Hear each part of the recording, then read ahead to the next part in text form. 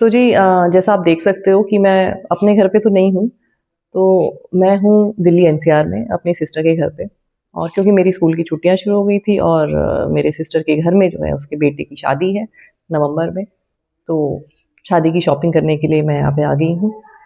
और वीडियो ना शुरू करने से पहले मैं ये फ़ील हो रहा था मुझे जब मैं कल आ रही थी ना स्टेशन से कैब से जब मैं आ रही थी, तो मैं उसी एरिया से होके गुज़री थी जहाँ से मतलब जहाँ पे मेरा कॉलेज हुआ करता था और वही सारा एरिया जहाँ से मैं वॉक करके घर जाती थी। और बहुत ही अच्छी फ़ीलिंग हो रही थी जब मैं उस एरिया को क्रॉस कर रही थी, वही सारी पुरानी मेमोरीज़ मुझे याद आ रही थी। तो मुझे रियलाइज़ हुआ कि आपका आपके मतलब किसी भी इंसान के साथ, किसी भी जगह के साथ या कोई भी आपकी जो अच्छी मेमोरीज़ होती हैं, अच्छे इमोशंस आपके जो होते हैं ना किसी भी चीज़ को लेके, चाहे कितने भी साल हो जाएँ, आप उस चीज़ को अगर दोबारा रिलीव करते हो ना, तो आपको वही फीलिंग आती है फिर से। तो इसीलिए अच्छे इमोशंस रखना, अच्छी फीलिंग रखना बहुत ज़रूरी है। और जो ये हम रंजिशें रखते हैं ना या फिर हम दुश्मनी रखते हैं या फिर हम जेलसी रखते हैं, तो अगर वहाँ से भी अगर आप कभी गुज़रोगे ना कि हाँ, यहाँ आपकी लड़ाई हुई थी या यहाँ पे आपके साथ किसी ने गलत किया था, तो आपको नेगेटिव इमोशंस फ़ील होंगे। अगर आप लाइफ़ में ना कितने भी दुखी हो, कितने भी परेशान हो, अगर आप उन चीज़ों को, अच्छी वाली चीज़ों को रिलीव करते हो ना, तो आपको वो खुशी जो है, ना तो वो कोई डिप्रेशन की दवाई दे सकती है, ना वो कोई और दे सकता है। वो इमोशंस, वो यादें ही दे सकती है। तो इसलिए जितना हो सके ना अच्छी यादें सबसे जोड़ के रखो। और इसीलिए ये जो बेकार की चीज़ है ना, गुस्सा, बदला लेना और ये जितने भी उल्टी-सीधी चीज़ें हैं, इनसे हमें ना अपने आप को जितना हो सके बचा के रखना चाहिए। ख़ैर, आज जो एक क्वेश्चन है, मुझे भेजा है मेरी एक सब्सक्राइबर ने, उसके बारे में बात करते हैं। तो ये इनका नाम है आस्था और ये लिखती हैं कि मैम मेरा एक्स बॉयफ्रेंड मेरे कॉलेज में ही है। मैं बहुत रोने लगी थी, चेज़ करने लगी थी, कंप्लेन करने लगी थी, ज़्यादा कॉल करती थी उसको। 3 महीने पहले उसने कहा कि मुझे अब पहले वाली फीलिंग्स जो हैं, वो नहीं आ रही हैं। अभी भी कॉलेज में मुझे दिखता है, 1 मंथ 1 महीने बाद मेरी क्लास शुरू हो जाएँगी। तो क्या जो उसकी फीलिंग्स हैं, वो वापस आ पाएँगी या नहीं? मुझे समझ में नहीं आ रहा कि मैं क्या करूँ? सबसे पहले ना प्रॉब्लम को समझते हैं। प्रॉब्लम क्या है कि आपने क्यों चेज़ किया, आप क्यों रोने लगी थी, आप क्यों ज़्यादा कॉल करने लगी थी और आप क्यों उसके पीछे जैसे होता है ना दीवानगी की हद तक जो आप चली गई थी। इस चीज़ का कारण को पहले समझते हैं कि ऐसा क्या हुआ आपके साथ जो आप ये सब कुछ चीज़ें करने लग गई थी। और जो बहुत सारे लोग हैं, जो ये सारी चीज़ें करते हैं, अगर वो सुन रहे हैं तो आप भी ध्यान से सुनना। होता क्या है कि हमारे बचपन के ना बचपन से लेके जो भी कुछ आपकी एज होती है, उस एज तक के हमारे बहुत सारे दिमाग में ट्रॉमास होते हैं। बहुत बार हमें ऐसा लगता है कि हमें वो स्पेशल केयर नहीं मिली। बहुत बार हमें ऐसा लगता है कि यार किसी ने हमें ना ऐसा प्यार नहीं किया, जैसे बाकी के बच्चों को मिलता है। या किसी को ऐसा लगता है कि हाँ, एक पेरेंट ने मुझे ऐसा प्यार नहीं किया। या किसी को लगता है कि मेरे फ्रेंड्स जो हैं उन्होंने मुझे, जैसे हम बाकी लोगों को देखते हैं ना कि हाँ यार, उसके दोस्तों के साथ कितनी अच्छी उसकी रैपो है। लेकिन मेरे दोस्तों के साथ मेरी इतनी अच्छी रैपो नहीं है। तो जब हम ये अपने सराउंडिंग रिश्ते देखते हैं ना और फिर हम ये सोचने लग जाते हैं कि मुझे कहीं न कहीं प्यार जो है ना वो मिलने में वो कमी रही है। और बाकी लोगों के हिसाब से ना जैसा सबको प्यार मिलता है, वैसा मुझे प्यार नहीं मिला। फिर क्या होता है कि जैसे हमारी ज़िंदगी में कोई आता है, हमसे अच्छे से बात करता है, ठीक है? हमें हमें भी वो अच्छा लगता है और बात करते-करते आपको ऐसा लगता है कि हाँ, ये इंसान मुझे समझ रहा है, मैं इसको समझ रही हूँ, आपस में रैपो भी बन रही है, आपस में केमिस्ट्री भी बन रही है। तो हमें लगता है कि जो हमारा पुराना बैकलॉग है ना, प्यार ना मिलने का, ये बैकलॉग जो है ना, ये इंसान पूरा करेगा। अब हम उससे ना बहुत ज़्यादा एक्सपेक्टेशन लगाने लग जाते हैं। हमें ऐसा लगता है कि बस अब यही एक ही इंसान है, इसके अलावा ना और कुछ भी नहीं है दुनिया में। और जब हमें ये लगने लग जाता है, तो इसके साथ-साथ हमें एक और डर आ जाता है और वो होता है फ़ियर ऑफ अबैंडनमेंट। मतलब कि ये मुझे ना छोड़ के ना चला जाए। क्यों? क्योंकि मुझे तो किसी ने कभी किया नहीं, मुझे तो कभी किसी ने ऐसा समझा नहीं, मुझसे तो कभी किसी ने ऐसी बातें भी नहीं की। तो फाइनली ना भगवान ने मेरी ज़िंदगी में किसी एक इंसान को ऐसा भेज दिया है जो मेरी ज़िंदगी में जो भी कुछ पुराना हुआ, जो भी कुछ कमियाँ रहीं, वो सारी की सारी कमियाँ ये इंसान पूरा कर देगा। और हम अपनी सारी की सारी इच्छाएँ, अपने सारे के सारे डर, अपनी सारी की सारी ख्वाहिशें उस इंसान पे लाद देते हैं। और जब हम ऐसा कर रहे होते हैं ना, तो हम उसके ऊपर ना एक प्रेशर डाल देते हैं और हमें ऐसा लग रहा होता है कि हम उससे प्यार करते हैं, हम उसकी केयर करते हैं। तो हम उसे बार-बार फ़ोन करते हैं। हम उससे ये पूछेंगे कि तुम्हारा दिन कैसा था? तुम ठीक हो? तुमने खाना खाया? या अगर कोई प्रॉब्लम है, तो उस प्रॉब्लम में हम उसके साथ शामिल होने की कोशिश करेंगे। ये सब कुछ समझ के कि हम तो उससे प्यार करते हैं। प्यार करते होते हैं, मैं इस चीज़ से मना नहीं कर रही कि आप प्यार नहीं करते होते हो, प्यार करते होते हैं। लेकिन उस प्यार के चक्कर में ना हम अपनी लिमिट्स क्रॉस कर देते हैं और जितना कोई इंसान ले सकता है, उससे उसको ज़्यादा देने लग जाते हैं। अब यहाँ पे ना मैं आपको एक एग्ज़ाम्पल बताती हूँ। मेरे घर में कुछ इंडोर प्लांट्स हैं और कुछ आउटडोर प्लांट्स हैं। छोटी-सी बालकनी है, तो कुछ बाहर मैंने प्लांट रखे हुए हैं और थोड़े से प्लांट मैंने घर के अंदर रखे हुए हैं। अब क्या होता है कि मेरी क्या आदत है कि मुझे ऐसा लगता है कि मैं ज़्यादा करूँ सबके लिए, मैं ज़्यादा दूँ सबको। अगर मैं खाना भी किसी को डाल के दे रही होती हूँ ना, तो मुझे ऐसा लगता है कि यार ज़्यादा दूँ। कई बार ऐसा होता है कि अगर मैं मेरे साथ भी ऐसा होता है कि अगर मैंने जितना डाल लिया है अपनी प्लेट में, तो अगर मेरा मन कर भी रहा होगा ना, तो मैं नहीं लेती। मैंने कहा ठीक है, बस हो गया मेरा। तो मुझे ऐसा लगता है कि यार दूसरे को ऐसा ना लगे, मतलब पहले से ही मैं उसको ना ज़्यादा से ज़्यादा चीज़ें करके देती हूँ। ऐसे ही उसी हिसाब से जो मैं पानी है प्लांट में जब मैं डालती हूँ, तो जो रिक्वायरमेंट है, जो बाहर प्लांट रखे होते हैं मेरी बाहर की बालकनी में, क्योंकि उनको सन एक्सपोज़र होता है, धूप आती है, तो उनको ज़्यादा ज़्यादा पानी चाहिए होता है और जो अंदर के प्लांट होते हैं, उनको पानी नहीं चाहिए होता। हमें क्या पता है कि अगर प्लांट की अच्छी ग्रोथ चाहिए और मुझे अगर मेरे प्लांट्स को प्यार जताना है, उनको अच्छे से रखना है, तो मेरा क्या रोल है कि मैं उनको पानी दूँ, यही एक न्यूट्रिशन है या फिर खाद जो होता है वो तो बहुत 15 दिन में, 20 दिन में, 1 महीने में ऐसे डालते हैं। तो डेली की जो एक चीज़ है, जो मुझे डेली डोज़ अपने प्लांट्स को देनी है, वो है पानी।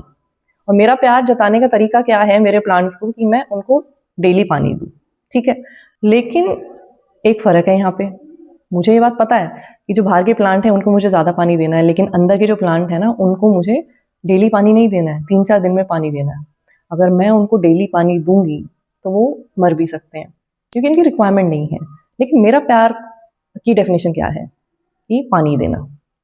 तो मैं डेली-डेली पानी देती थी पहले अंदर वाले प्लांट्स को भी। And then soon I realise कि वो जो प्लांट है ना उनकी हेल्थ ख़राब हो रही है अंदर वाले प्लांट्स की।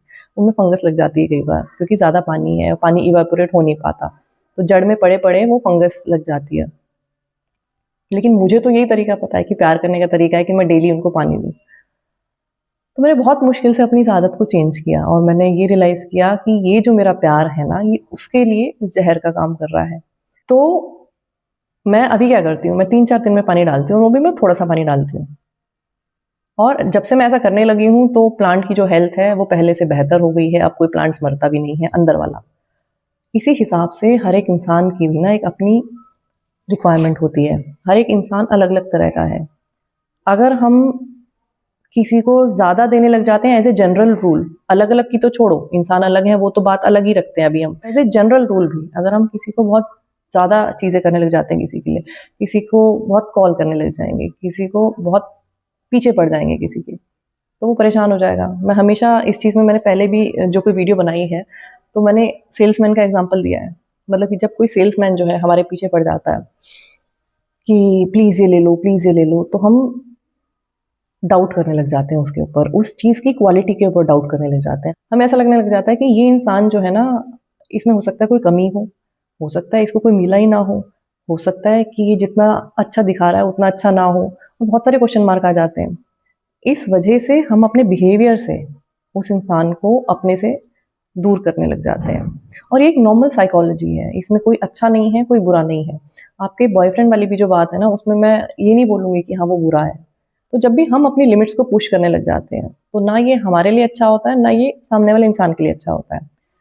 और हम भी इसको 100% प्यार का नाम नहीं दे सकते। हम भी ये सारी चीज़ें जो कर रहे हैं, मैंने पहले बोला आपको कि हमारे अंदर के छुपे हुए बचपन के बहुत सारे डर हैं, बहुत सारे फ़ियर हैं, बहुत सारी कमी है, बहुत सारी डेप्रिवेशन है प्यार को लेके।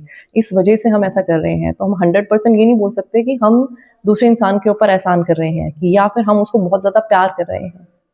हमारे अंदर की इनसिक्योरिटीज़ हैं जो ऐसे करके बाहर आ रही हैं। तो सबसे पहले ना आप अपनी अंदर की ये सारी जो इनसिक्योरिटीज़ है ना इतने सालों की, उनको ठीक करो। ठीक कैसे करोगे? जब तक ये सोचते रहोगे ना कि मेरे ज़िंदगी में जो प्यार की कमी है, वो कोई और आके पूरी करेगा, तो वो कभी भी नहीं होगा। दूसरे रिलेशनशिप में जाओगे तो भी सेम कहानी रिपीट होगी, तीसरे में, चौथे में, जितने पे भी जाओगे। क्योंकि आपकी जो डेस्परेशन होगी ना, तो वो दूसरे को दिखेगी और जहाँ पे डेस्परेशन दिखने लग जाती है ना, तो दूसरा सावधान होने लग जाता है कि भई क्या हो रहा है यहाँ पे? डेस्परेट नहीं होना है प्यार के लिए। ये नहीं सोचना है कि ये कमी जो है वो कोई और आके पूरी करे। ठीक है, मेरी ज़िंदगी में कुछ भी हुआ, कुछ है चीज़ें जो नहीं मिली या जैसा भी था, जो भी कुछ चीज़ें थी, वो सारी की सारी चीज़ें हो गई हैं अब, ख़त्म हो चुकी हैं। लेकिन वो जो कमी है, वो रिस्पॉन्सिबिलिटी जो है, वो मैं दूसरे के ऊपर नहीं डाल सकती कि भई तू आ और तू मुझे खुश कर, या तू आ और तू वो प्यार की कमी मेरी ज़िंदगी में पूरी कर। ये नहीं कर सकते हम कभी भी। अपनी कमी ना हमें खुद पूरी करनी है। अपने आप को पहले खुद उस नज़रिए से देखना शुरू करो कि मैं जो है ना, मैं अपने लिए काफ़ी हूँ। अपने आप से प्यार करो। और एक और बात बताऊँ मैं, जब भी हम ये सारी हरकतें करते हैं ना, रोना, किसी के पीछे जो भी आपने लिखी थी ये सब चीज़ें, डेस्परेट होना, तो हम खुद को डिसलाइक कर रहे होते हैं। अगर आप अब पीछे जाके देखोगी, इमेजिन करती होगी अगर आप, तो आपको लगता होगा कि यार ये मैं क्या कर रही थी, ये क्यों करती हूँ मैं ये? जब हम अपने आप से सैटिस्फाई होने लग जाते हैं, जब हम अपने आप से कंटेंटेड फ़ील करने लग जाते हैं, तो ही दूसरे लोग भी हमसे अट्रैक्ट होते हैं। जब हम ये डेस्परेशन ख़त्म कर देते हैं कि मुझे कोई और चाहिए, तभी कोई और आपको देखेगा, तभी किसी और को ऐसा लगेगा कि यार हाँ, इसको तो किसी की ज़रूरत ही नहीं है। तो ठीक है, ये मेरे लिए खतरा नहीं है अब। क्योंकि कई बार लोगों को ऐसा लगता है कि डेस्परेशन की वज़ह से लोगों को डर लगने लग जाता है कि अगर ये तो इसका तो अभी से ये हाल है, तो अगर मैं भी इसके साथ शामिल हो जाऊँगा, तो मुझे हमेशा ये सोर्स बन के रहना पड़ेगा इसके लिए, क्योंकि अगर मैं हटा तो ये तो इसका क्या हाल होगा, इसको कौन सँभालेगा? तो ये एक डर भी आ जाता है दूसरे इंसान को। और जब उसको ऐसा लगता है ना कि नहीं यार, अपनी हैप्पीनेस के लिए, अपने इमोशंस के लिए आप किसी और के ऊपर डिपेंडेंट नहीं हो, आप खुद में सफिशिएंट हो, तो ये डर भी चला जाता है दूसरे को कि हाँ ठीक है, अगर कल को कुछ हो भी जाता है ना, अगर कल को ब्रेकअप भी हो जाता है, कल को कुछ ऐसी चीज़ें भी हो जाती हैं, तो ये इंसान जो है ना, ये इतना सेल्फ सफिशिएंट तो है कि अपना ख्याल रख लेगा। तो वो एक डर भी खत्म हो जाता है उस इंसान के पार्ट पे। दूसरा, उसको ये भी लगने लग जाता है कि हाँ, ये अपने आप का खुद ख्याल रख सकती है, तो मुझे इसका सहारा बन के भी नहीं रहना पड़ेगा। तो बहुत सारी चीज़ें होती हैं, अगर आप दूसरों की साइड से सोचोगे ना कि वो ऐसा क्यों कहने लग जाता है कि मुझे अब फीलिंग नहीं आ रही है। तो आई होप आपको समझ में आ रहा होगा कि मैं क्या कहने की कोशिश कर रही हूँ। और बहुत सारे और भी जो लोग हैं, अगर वो ऐसी चीज़ें कर रहे हैं, प्यार के नाम पे अगर ऐसी चीज़ें कर रहे हैं, तो ये भी समझ में आ रहा होगा कि ऐसे करके प्यार कभी भी नहीं मिलेगा। ऐसे करके प्यार जो है ना, वो सिर्फ़ आपसे दूर जाएगा, आपके पास जो है ना, वो कभी भी नहीं आएगा। तो आई होप अब आपको समझ में आ रहा होगा कि आपको क्या करना है। और अच्छा हाँ, आपने ये भी कुछ पूछा था ना कि छुट्टियों के बाद वो वापस आएगा तो मैं क्या करूँ? तो आपको जो है ना, वो बिल्कुल नॉर्मल रह के ही बिहेव करना है। आपको ऐसा नहीं ना तो मतलब किसी सैड वाले मोड में जाके उसको दिखाना है कि देखो मैं कितनी दुखी हूँ, या ना फिर आपको ऐसा करना है कि भई देख अब तू नहीं है मेरी ज़िंदगी में, तो मुझे कोई परवाह नहीं है, मैं बहुत खुश हूँ। आपको नॉर्मल रहना है, ठीक है? एक्सेप्ट करो कि ये चीज़ थी, लेकिन मुझे पहले अपने आप को हील करना है, मुझे पहले अपने आप को ठीक करना है, बीमारी की जड़ को पकड़ना है और उस बीमारी को ख़त्म करना है। और फिर उस रिश्ते के बारे में तो बाद में सोचना है। ये भी नहीं सोचना है कि क्या वो फीलिंग्स उसके अंदर दोबारा से आ पाएँगी, नहीं। सबसे पहला फ़ोकस अपने ऊपर करो, अपने आप को ठीक करो। नॉर्मल रहो बिल्कुल। अगर वो आपसे बात करने के लिए आता है तो आप नॉर्मल बात कर लो, जैसे कि नॉर्मल एक दोस्त से करते हैं। पुरानी कोई बातें नहीं आपको करनी है, पुराना कुछ नहीं करना है। जब भी कोई दिखता है, कुछ भी होता है, तो बस जैसे कि एक दोस्त कोई दिख जाता है, ऐसे ही ट्रीट करो। फ़ोकस सिर्फ़ और सिर्फ़ अपने ऊपर करो। जब तक ये सोचती रहोगी ना कि यार उसके अंदर वो फीलिंग्स आएँगी, नहीं आएँगी, वहीं के वहीं आपका दिमाग पड़ा रहेगा और आप अपने ऊपर फ़ोकस नहीं कर पाओगे। तो आई गेस आस्था, आप अच्छे से इस चीज़ को समझोगी, इस चीज़ के पीछे परेशान नहीं होगी, दुखी नहीं होगी और एक नई आस्था बाहर आएगी कुछ टाइम बाद। इस चीज़ का मैं आपसे जो है ना वादा चाहती हूँ। तो आज की वीडियो में इतना ही। मैं आपसे फिर मिलूँगी एक नई वीडियो के साथ। तब तक अपना ध्यान रखिए। Lots of love to you. Take care. Bye bye.